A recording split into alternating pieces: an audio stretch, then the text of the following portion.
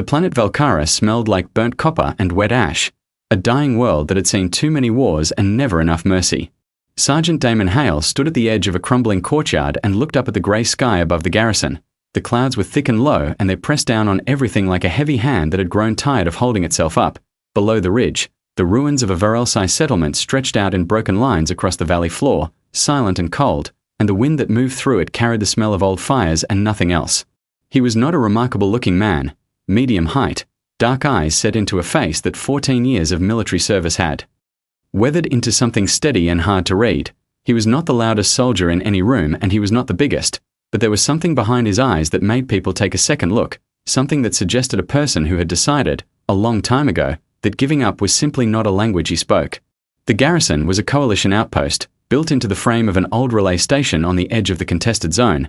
It was home to soldiers from 6 different species living in close quarters and polite tension. There were Varelsai officers with their silver bones and quiet eyes, a squad of thick-bodied Oran fighters, a pair of Thelk engineers who argued constantly in their clicking language, 2 Drevany scouts who said almost nothing to anyone, and 8 humans that Damon led with steady hands and very few wasted words.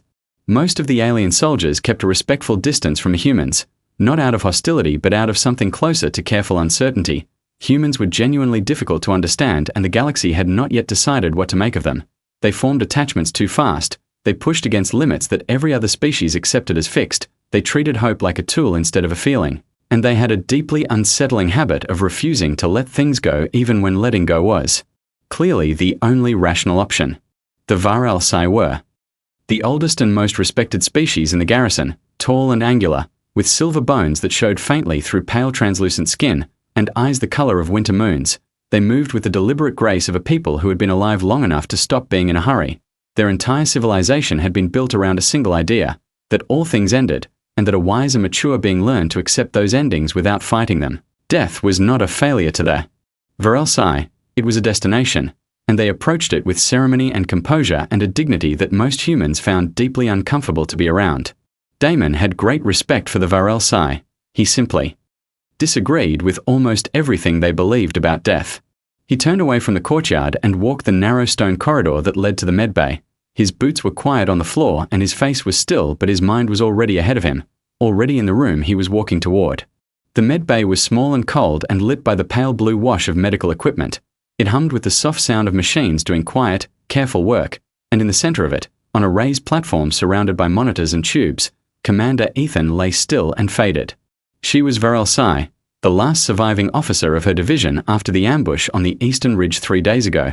She had led her soldiers into that fight with the controlled precision that came from decades of command, calm under fire, clear in her orders, the last one standing when the enemy deployed the weapon. The neurodecay agent had caught her in the final seconds of the engagement, a small hit at her shoulder that had looked like almost nothing at the time. 3 days later she was barely there. The neurodecay weapon worked by coming apart the neural architecture from within.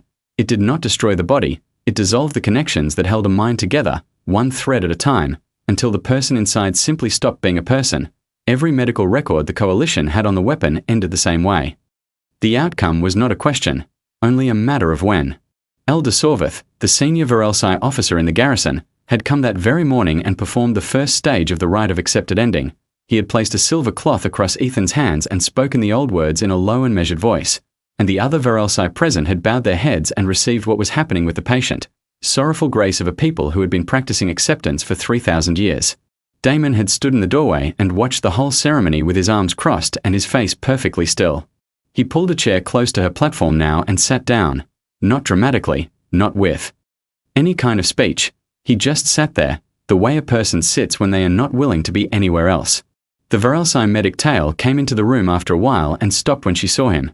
She looked at him with the careful and curious expression that most of the alien soldiers used when they were trying to understand something about humans that none of the data logs had managed to explain. "Sergeant Hale," she said gently, "she cannot perceive you.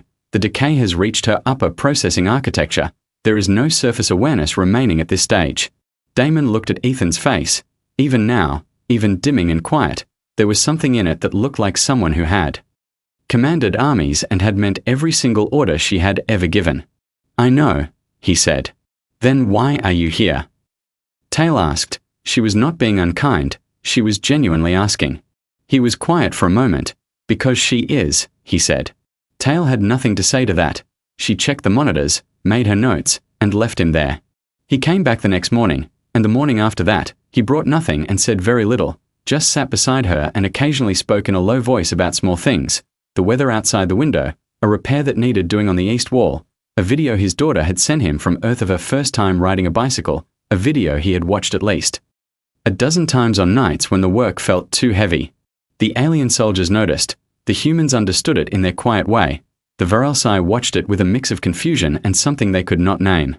On the third evening, Elder Sorvith himself came to the corridor outside the medbay and stood before Damon with the still and composed bearing of someone who had lived long enough to have run out of surprises, but there was something uncertain in his pale eyes. Your care for Commander Ethan is seen and respected, Sorvith said carefully. But what you are resisting is not a problem. It is a passage. To resist it is to work against the peace that has already been given to her. Damon met the Elder's eyes directly and held them. With respect, Elder, he said. She did not choose this. She is not at peace. She is just running out of time, and those are not the same thing. Sorvith was silent for a long moment. You are a very unusual species, he said at last. I've heard that, Damon said. That evening in the blue-violet hour when Velkara's sun dropped behind the ridge and the garrison went dim and quiet, Damon leaned forward beside Ethan's platform and spoke in a low and steady voice. I don't know how much you can hear from wherever you are right now, he said. But I need you to hold on. I don't know what I'm looking for yet, but I am going to look, and I am going to find something. One of the monitors showed a small and irregular spike in her neural output, a flicker, a ghost of a signal, there for a second and then gone. Damon looked at it. Then he looked at her face. There you are, he said quietly. He stood and walked out of the medbay with the stride of a man who had made a decision that could not be unmade. Somewhere below in the garrison's lower level, a doctor named Yeva Oren was about to receive a late-night visitor who did not know how to take no for an answer, and the alien soldiers who passed Damon in that corridor and looked at his face would say afterward, in their various languages, that there had been something in his expression they did not have a word for, something that looked like a war that had not started yet but already knew it was going to win. Dr. Yeva Oren did not look like someone who held the line between life and death in her hands. She was short and sharp-eyed. With dark hair she had not properly brushed in what appeared to be several days, and she worked in a lab on the garrison's lower level that smelled permanently of chemical solvent and cold coffee. Her desk was invisible under stacked data screens and printed field reports, and the walls were covered in diagrams that she had drawn herself in marker when the official documentation had not been detailed enough to satisfy her. She was also the only person within 4 star systems who had been secretly studying the neurodecay agent for 2 full years, not because she had been assigned to it but because she had decided, on a battlefield in a different system where she had watched 3 soldiers dissolve from the inside over the course of a week, that no weapon this precise and this brutal should exist in the galaxy without someone somewhere trying to understand it. Damon found her at her desk just past midnight. She had 3 screens running and a cup of something that had stopped being warm a long time ago. He sat down across from her without apology for the hour. I need everything you know about neurodecay, he said. Right now. Oren looked at him over the top of her screen with the expression of someone who had been expecting this visit for 2 days. Ethan, she said. Yes. Damon, the data on this is. I know what the data says, he told her. I need to know if it's the only version. She was quiet for a moment. Then she turned one of her screens to face him and started talking. What she had was incomplete and scattered. Fragments pulled from restricted databases, field observations from 3 different war zones, and one very unusual paper written by a xenobiologist who had published it quietly and then disappeared from the academic record entirely, but taken together. What the fragment suggested was something that did not fit the standard narrative. The neurodecay weapon was not entirely irreversible. It was irreversible under standard conditions with standard treatment, but there were outliers, 3 documented cases where the decay had slowed significantly without any known medical intervention, and in all 3 of those cases there was one shared variable that had not been taken seriously because it did not fit inside any existing medical model. In all 3 cases, Oren said, pulling up the files and spreading them across the screens, the patients had prolonged and consistent close-range exposure to a compatible neural presence. Someone physically near them, 4 hours at a time, over multiple days. Damon thought about the monitor spike, that small and irregular flicker in Ethan's readings on the evenings he had sat beside her. What kind of compatible? He asked. That's the part we don't fully understand, Oren said carefully. But in all 3 documented cases, the compatible presence was human. The lab was quiet for a moment. just the hum of the screens and the distant sound of the garrison settling into the night. There is something in human neural resonance, she continued, something in the frequency pattern that appears to partially interfere with the decay process. It doesn't stop it, it doesn't reverse it on its own, but it seems to slow the unraveling, the way a hand pressed against a wound slows the bleeding without closing it. That's a thread, Damon said. It's a very thin thread, she said. I can follow a thin thread, he said, and he meant it. He spent the next 4 days not sleeping. He worked through the garrison's communication channels to reach xenobiologists on 3 different worlds, calling in favors from soldiers he had served with who had since moved into research positions. He contacted 2 black market neural engineers whose names he had gathered years ago in a situation he had never fully explained in any official report. He read everything Oren had. Asked questions that kept her at her desk until dawn, and cross-referenced data models that had never been placed in the same room before because nobody had thought there was a reason to. The alien soldiers watched all of this with growing fascination. The Oren fighter Grev had taken to quietly observing Damon's activities with the focused attention of a field researcher watching an unfamiliar animal do something outside the expected behavioral range. He began reporting to the other soldiers at mealtimes not with alarm but with the flat and careful tone of a person narrating something they did not fully understand but felt was important to document. He has contacted 9 separate research sources in 4 days. Grev reported one evening to a small group in the mess hall. He is connecting data models from fields that have no established relationship with each other. He has averaged less than 3 hours of sleep per night. Why does he not rest? One of the Thelk engineers asked. Grev considered this with genuine seriousness. I believe he thinks that if he stops, time will move without him and he will not be able to catch it again. The table was silent for a moment. Nobody had a response that felt adequate. Elder Sorvith came to Oren's lab on the 2nd day. He did not knock. He simply appeared in the doorway with 2 Varelsai officers behind him and stood there, watching Damon at the data screen with the expression of someone who was trying to remain composed in the presence of something they found deeply confusing. Sergeant Hale, the elder said, I have come to ask you again to consider what you are doing, not to the commander, but to yourself. You are burning through your own hours in pursuit of something our greatest doctors have called impossible. This is not wisdom. Damon finished reading the line on his screen and then turned and looked at the elder with a direct and respectful gaze. Elder Sorvith, he said, I understand what your tradition teaches and I do not say it is wrong for your people, but I am not Varelsai, where I come from. You don't stop trying every door just because the statistics say the doors are all closed. You keep going until you find the one the statistics missed. One of the Varelsai officers behind Sorvith said something quietly in their own language. The words translated roughly as he believes it is actually possible. The tone was not mocking, it was something much closer to wonder. And meanwhile, in the med bay above them, something quiet was happening that nobody had predicted. Ethan's neural decay readings had stopped accelerating. They had not improved, they had not reversed, but they had leveled off at a point where every medical model said they should have continued to fall. Varelsai doctors reviewed the data twice, then a 3rd time, and could not produce an explanation that fit their existing understanding. Tail added a note to the bottom of her evening report. The only variable that had changed in the patient's environment in the past 4 days was the consistent and extended presence of Sergeant Hale during late hours. She did not know what to make of it, so she passed it to Oren, and added a 2nd note at the very bottom that said simply, this should not be happening. Oren received that report at 2 in the morning and sat very still at her desk for a long time.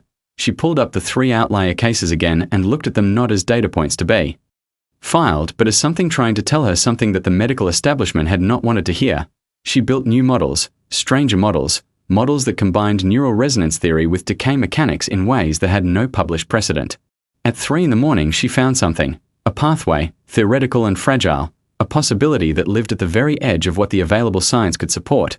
It was not a cure in the conventional sense. It was something older and stranger and far more costly, and when she fully understood what she was looking at, she set down her cup and stared at the screen for a very long time with the expression of a person who has found the answer to the question and realized that the answer is going to break someone's heart. She sent Damon a message. Come to the lab. I found something. It is not good news, but it is something and you need to hear it now.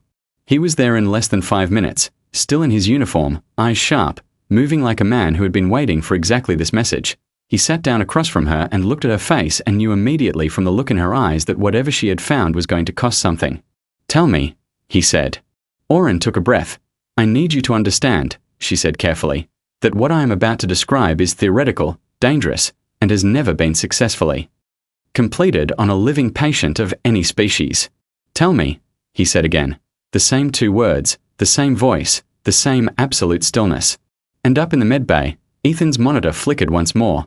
That same faint and unexplained spike of neural activity, there and gone like a candle in a wind that had not quite managed to put it out, yet the lab felt smaller than usual that night. Oren had cleared the secondary screen and pulled up a single diagram, a web of intersecting lines that represented, in simplified visual form, the neural architecture of two living beings placed in close and deliberate contact. The diagram looked almost beautiful in the blue light of the screen, the way dangerous things sometimes did. The procedure is called a neural resonance transfusion, she said. She spoke slowly and chose every word with care. It was theorized 40 years ago by a human researcher named Dr. Calloway, who published one paper, was rejected by every major medical institution in the coalition, and retired quietly. The paper was never properly studied because it described something that most of the scientific community considered to be practically impossible and ethically indefensible. Damon looked at the diagram. What does it do? It creates a direct bridge between two neural systems, Oren said.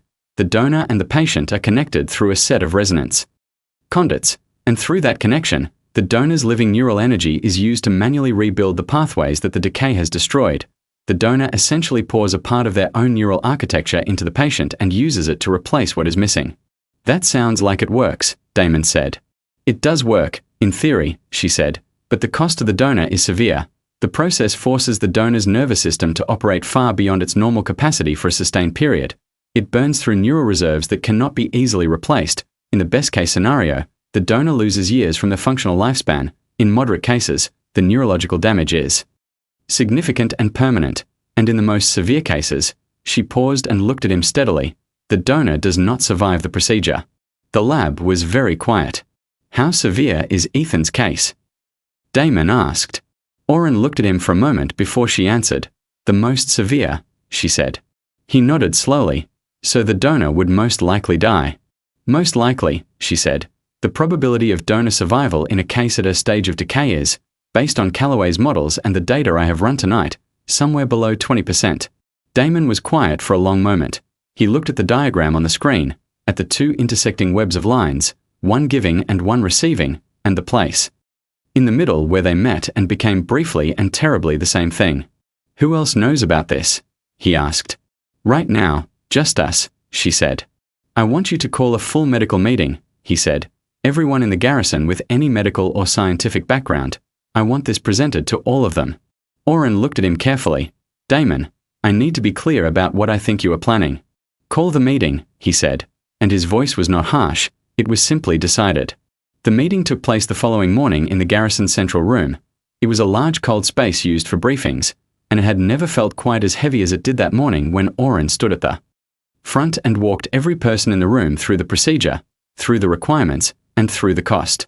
The alien doctors and officers listened in their various ways, the Varel Psi with their hands folded and their expressions composed, the Oren fighters with their broad shoulders and watchful eyes, the Thelk engineers clicking softly to each other in the way they did when they were processing something new. The humans stood near the back and said nothing. When Oren finished, the room was still for a long moment. Then Elder Sorva spoke. You are describing the deliberate consumption of one living being's neural essence for the benefit of another, he said. This is not medicine. This is something our philosophy does not have a category for. It would be like asking someone to give away the part of themselves that makes them themselves. That is correct, Oren said. And you need a volunteer, Sorvath said, not as a question. Yes. The room stayed still, not a guilty stillness, not a cowardly one. It was the stillness of people who genuinely could not locate within themselves a framework for what they were being asked to consider. The Varel Psi did not volunteer because their culture had no concept of self-destruction as an act of love.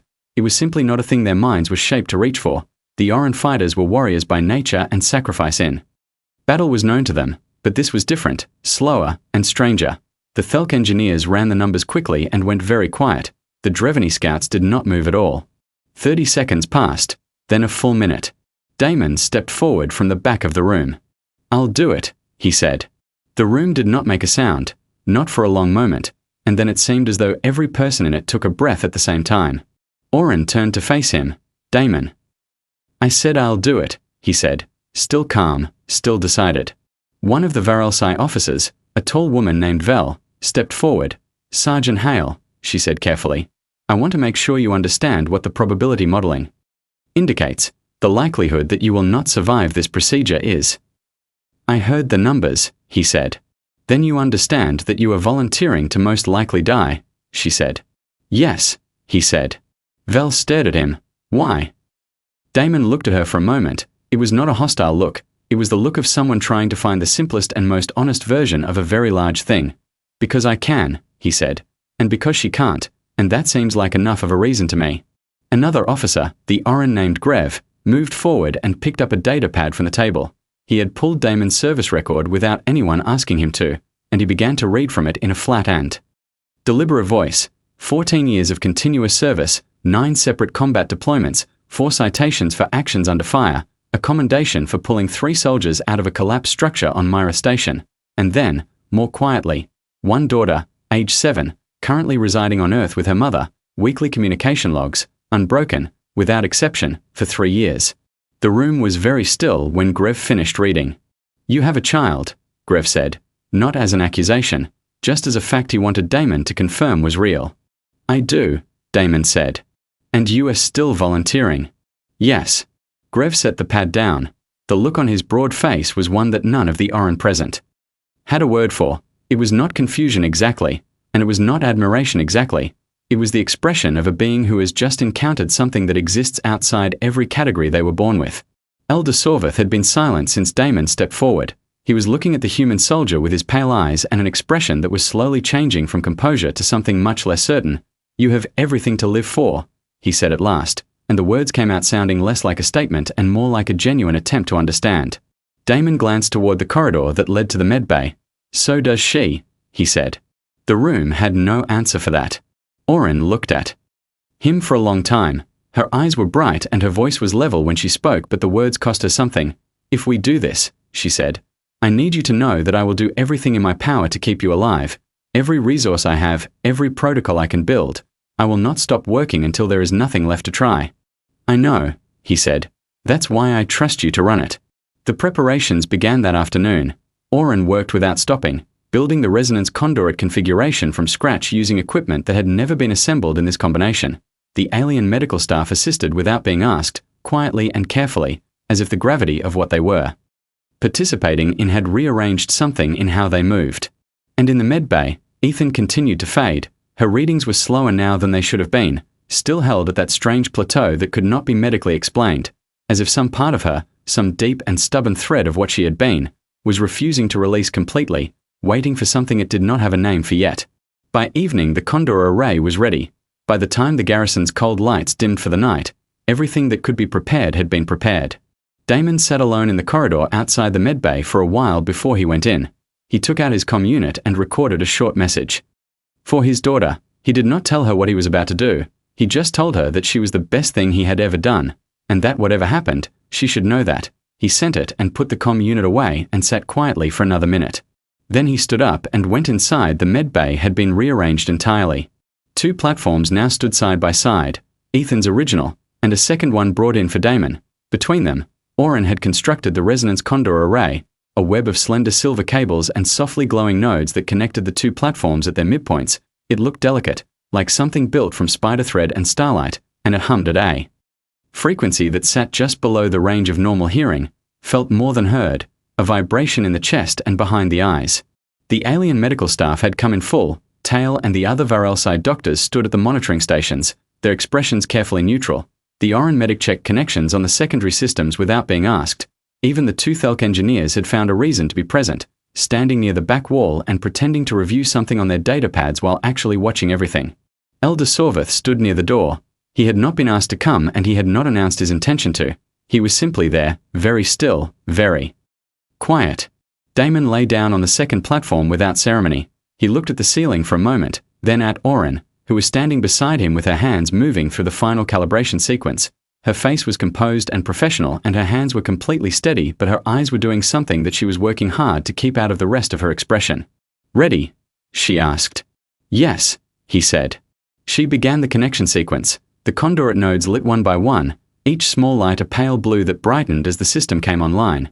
The silver cables warmed against Damon's skin at the points of contact, not painfully, just present, and then, slowly, and then all at once, the bridge opened. The first thing Damon felt was pressure. Not physical pain but something deeper, a pulling sensation behind his eyes and at the base of his skull, as if something large and gentle was asking his nervous system to open a door it had never opened before. He kept his breathing even and let it happen.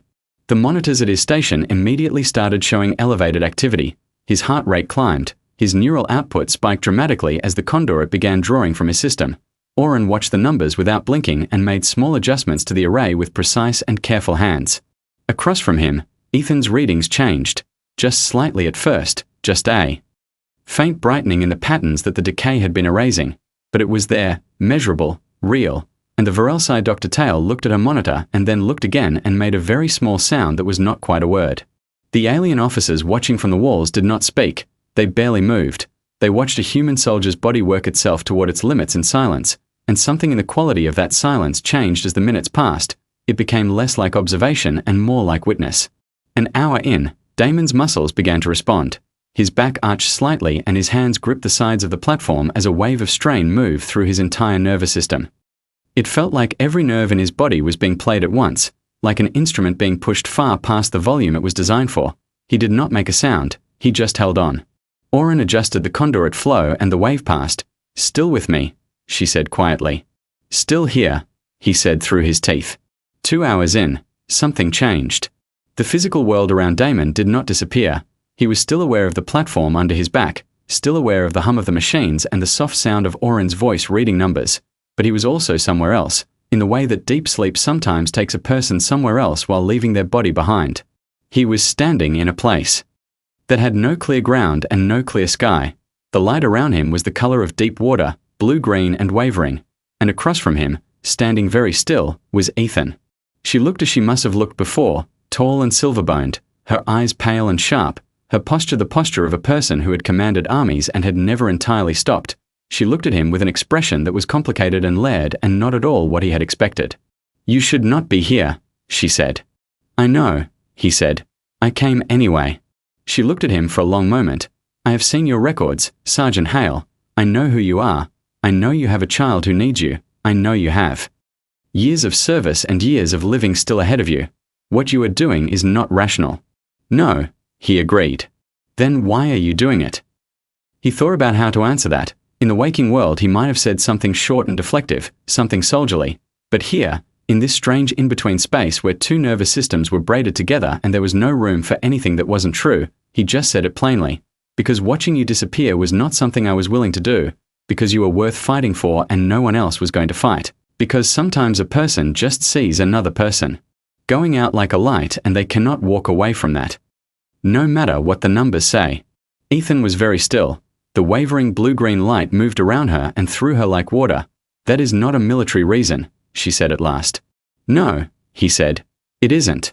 She looked at him for a long time, and then something in her expression shifted, not softened exactly, but opened, the way a window opens to let in air that the room has needed for a while. "I have been watching you from very far away," she said quietly. "Since the first night you came and sat beside me. I could not see clearly, I could not hear properly, but I felt it, something in your presence, like a fire very far away that I was trying to walk toward." "I know," he said. "I could feel you trying." She looked at his face and in the strange clear light of this place she could see things that the waking world covered up.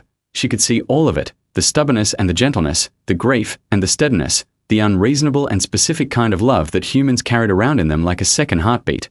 The kind that did not ask permission and did not calculate consequences and did not stop just because the situation called for stopping. "You are going to hurt yourself very badly doing this," she said, and now the composure in her voice had something underneath it that sounded like real pain. "I know," he said. "Don't push me away." She looked at him. "Why not?" "Because I am almost finished," he said, and in the waking world, the monitors at his station had begun alarming. His heart rate had climbed to a point that made Oren's voice go sharp and fast. She was adjusting, recalibrating, doing everything she could with steady and furious hands. Damon's neural output was burning at levels that the conduit system had not been designed to sustain. The array was holding but only just, and across from him, Ethan's readings were climbing in the other direction. Each pathway, the decay had dissolved, slowly reappearing on the monitor like roads being rebuilt after a storm. The alien officers at the walls were no longer pretending to be calm. The Varelsai doctors were working their monitors at full speed, their composure cracked open by the sheer speed of what they were watching. Grev had moved forward without thinking and was standing close to Damon's platform with both huge fists tight at his sides, watching the human's face with an expression that had gone past understanding and come out the other side into something raw. Elder Sorvith stood at the door and said nothing, but he was watching Damon with his pale eyes wide open and his old and practiced stillness entirely gone. In the blue-green space, Damon felt himself getting lighter, not in a good way, in the way that things get lighter when they are losing what holds them together. The edges of the space around him were going soft and indistinct, and his legs did not feel entirely real under him. Ethan stepped forward, fast, decisive, the movement of a commander who had made a decision. She closed the distance between them and placed both of her silver-bone hands on his face with a care that was almost too much to look at. "Stay," she said, and the word came out like an order, like the kind of order that had been earned and meant to be obeyed. He looked at her. "Working on it," he said. And in the waking world, for the space of 10 seconds, every monitor in the medbay screamed the monitors stopped screaming because Oren made them stop. She cut the conduit flow manually, bypassed 2 safety locks, and rerouted the remaining resonance current through a narrower channel that she had calculated on the spot in the 11 seconds she had before the system would have shut itself down completely. Her hands did not shake. They had not shaken once through the entire procedure, though she would notice later that her fingernails had cut clean crescents into her palms from how hard she had been holding herself together. The room came back to something like quiet, not actual quiet, because the machines were still running and the alien medical staff was still moving at speed, but the worst of the noise was gone. Ethan's readings were high and stable and climbing in the right direction. Every pathway on her neural map that the decay had been dismantling was lit and holding, newly rebuilt, bright as fresh wire. Damon's readings were low and falling and very, very still. He was breathing. That was the first thing Oren checked. That was the thing she had to confirm before she could do anything else. Yes, breathing, shallow but steady, heart still beating, irregular but present, neural output almost flat, dropped to a level that the monitors flagged in deep red because it had no healthy reference point to compare against. "He is alive," Oren said out loud, not to anyone specific, just into the room because the room needed to hear it. Nobody cheered. It was not that kind of moment, but something shifted in the quality of the silence. Something that had been very tight in every chest in that room released by a small and careful degree. The procedure had worked. Ethan would live. And Damon would not wake up. Not that day, not the next. He lay on the platform with the soft machines keeping watch over him and his face completely still, and the garrison moved around him in a new and different way, a way that had been changed by what they had watched. On the second day, Elder Sorvith came to the medbay alone, without ceremony, without the composure that he always carried like a second skin. He stood beside Damon's platform for a long time and looked at the still face of the human soldier and said nothing out loud but moved his hands in a gesture that the Varelsai used only for the living, not the rite of accepted ending, which released, but an older gesture, one used for children and the young, one that meant something closer to hold on, the world still needs you in it. Grev came on the third day and sat in the chair that Damon had always used when he came to sit beside Ethan. The big Oren fighter sat in it for 3 hours without speaking, just present, just there, and when he left he did not explain himself to anyone. On the fourth day, something happened that Oren had not anticipated and the aliens had not proposed to each other and no one had discussed. It simply began, the way necessary things sometimes begin, without announcement. Tail came to Oren with a question. Was there a secondary procedure, a smaller and safer version of the resonance transfer, something that could be done in a minor way by multiple donors to stabilize what remained of Damon's neural architecture without the risks of the full procedure? Oren looked at the question for a long moment. It was not in any of the literature she had studied. She built the model from scratch in 4 hours and the answer was yes, theoretically, yes, if the contributions were small enough and numerous enough and the donors were willing. Every alien soldier in the garrison volunteered. Not some of them, all of them. Vrelsai officers and Oren fighters and Thelk engineers and the 2 Drevany scouts who had not spoken to anyone in weeks and had not been expected to speak now. They formed a line outside Oren's lab the next morning and they each gave a small and carefully measured portion of neural energy through a simplified version of the conduit. Array, minor enough to cause nothing more than a brief headache and a day of tiredness, but in aggregate, across all of them, enough to do something real. When it was done, one of the younger Vrelsai officers asked Oren quietly what humans called this kind of act. This giving of small pieces from many to hold up one. Oren thought about it for a moment. "We call it not letting go," she said. The officer repeated the phrase carefully in his own language. There was no direct translation, but he found the words that came closest.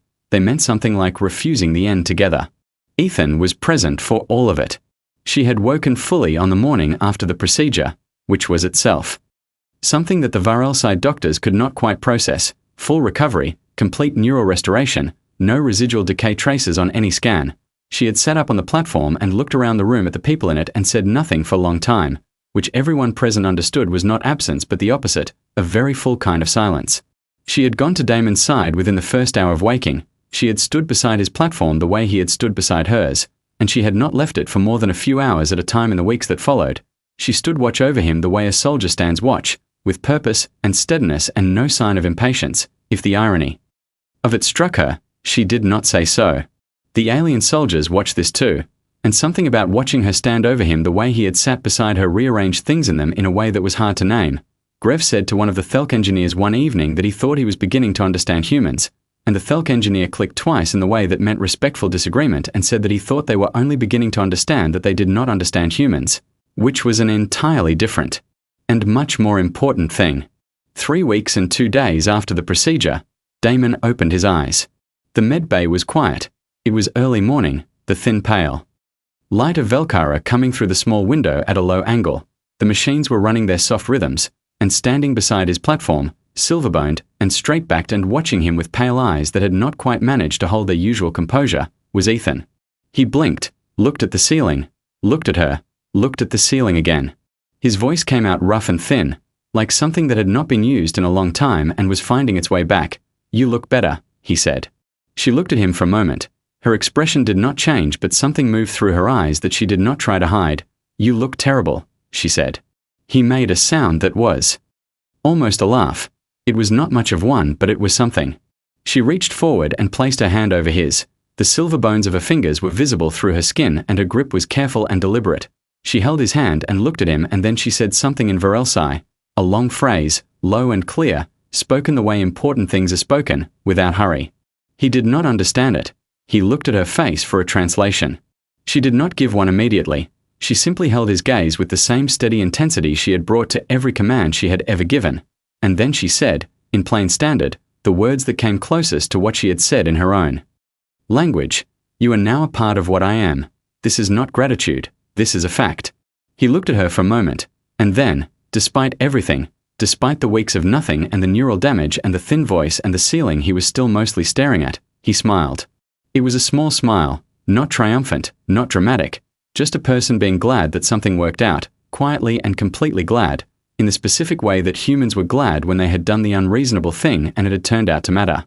Across the Coalition communication network that week, the incident report from Velkara moved through military and scientific and diplomatic channels like a stone dropped in still water. It was passed from post to post, from species to species, flagged and reviewed and discussed in rooms across a dozen worlds. Some read it with confusion, some with discomfort, some with a kind of cautious fascination that they could not quite justify. In the chambers of the Galactic Council, a senator from a species nearly 3,000 years older than humanity reviewed the report twice and then composed a formal memo.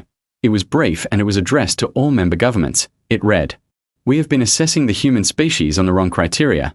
We have measured their weapons and their numbers and their technology and found them unremarkable. We have not measured what they are willing to do for each other, and for strangers, and for people they have known only weeks, and that is the only measurement that matters.